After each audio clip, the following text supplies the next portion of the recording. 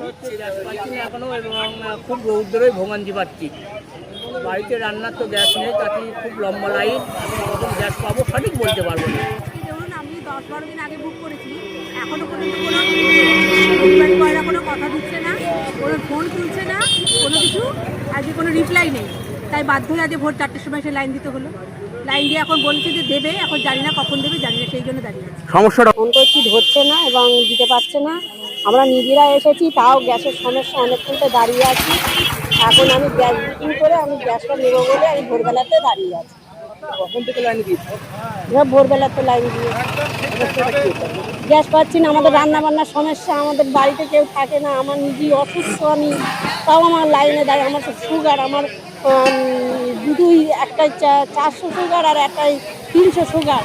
আমি সেই মানুষ এই রোদ্দুরে দাঁড়িয়ে রয়েছি এখন আমার গ্যাসের জন্য।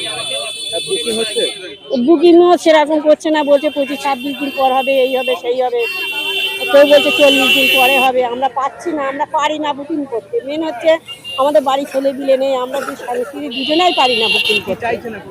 আমি এখন গ্যাস চাইছি বুকিং করতে, গ্যাসও চাইছি।